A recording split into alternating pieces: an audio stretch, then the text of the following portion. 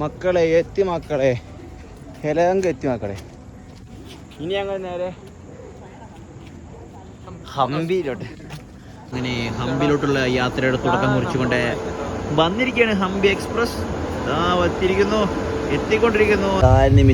നിമിഷങ്ങൾക്കുള്ളിൽ ഞങ്ങൾ ഹോസ്പേട്ട ജംഗ്ഷനിൽ ഞങ്ങൾ എത്തിച്ചേർന്നിട്ട് പിന്നെ നമ്മൾ അവിടുന്ന് ബസ് വിളിച്ചിട്ട് നമ്മളവിടെ അല്ല അവിടുന്ന് ബസ് വിളിച്ച് നമ്മൾ നേരെ ഹംപിയിലോട്ടെത്തും. ഹംപിയിൽ നമ്മൾ വേറെ വണ്ടി എടുത്തിട്ട് നമ്മൾ തണ്ടിത്തിരിക്കും. അതാണ് ഇപ്പോഴത്തെ പ്ലാൻ, അല്ല സജി? നിലവിലുള്ള പ്ലാൻ അതാണ്.